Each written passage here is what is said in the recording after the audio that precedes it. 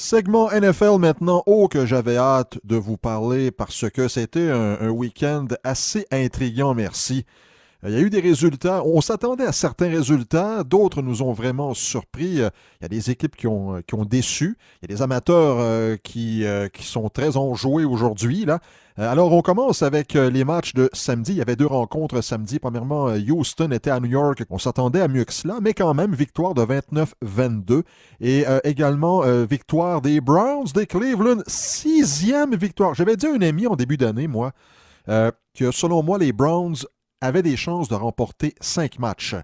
Ils en ont 6. 6 victoires, 7 défaites, une nulle face aux Broncos de Denver. Pour les Broncos, là, c'est vraiment terminé pour cette année. Maintenant, dimanche, plusieurs rencontres. Il y a eu des résultats assez surprenants. Victoire d'Atlanta, oui, 40-14 contre les Cardinals de l'Arizona. Victoire des Colts contre les Cowboys, 23-0. Ça a été le match. Si on peut dire qu'il y a un match parfait cette saison au football américain, c'est peut-être celui entre les Colts et les Cowboys. Les Colts ont limité Ezekiel Elliott à moins de 100 verges. Ils ont aussi limité l'attaque des Cowboys à 4 troisième essais seulement en 12 tentatives. Et pendant ce temps-là, bien, Andrew Luck a bien géré le match et Marlon Mack, lui, a gagné plus de 130 verges au sol et 2 touchés. Alors, grosse victoire des Colts, revers des Cowboys. Gain de Buffalo 14-13 contre Détroit. Les Bears de Chicago sont champions de la division nord de la conférence nationale. Victoire contre Green Bay 24-17. Et moi, je vous le dis, là, les Bears, si les Bears pouvaient avoir la première tête de série, être classés numéro 1 dans la conférence, je pense qu'ils pourraient aller très loin en série, mais ils ont déjà 4 revers, donc on verra bien là pour les 2 prochains week-ends. Victoire des Vikings du Minnesota, 41-17 contre Miami. Est-ce que c'est trop peu trop tard pour les Vikings? On verra. Cincinnati a défait Oakland 30-16.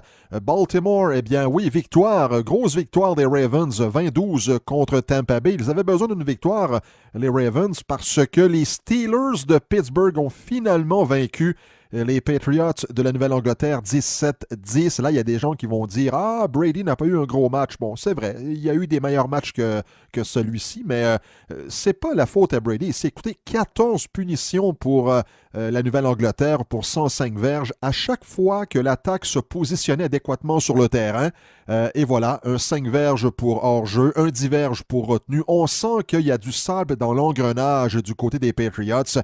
Mais écoutez, attendons avant de les enterrer. Là, ça demeure la Nouvelle-Angleterre. On verra au cours des 2 prochains week-ends. Victoire de Tennessee 17-0 contre les Giants de New York. Victoire de Washington 16-13 contre Jacksonville. Moi, je peux vous dire que les Jaguars ont hâte que ça se termine, cette saison qui devait être une très belle saison pour cette équipe qui avait atteint l'année dernière la finale de la conférence américaine. Victoire de San Francisco contre Seattle. Ça fait mal.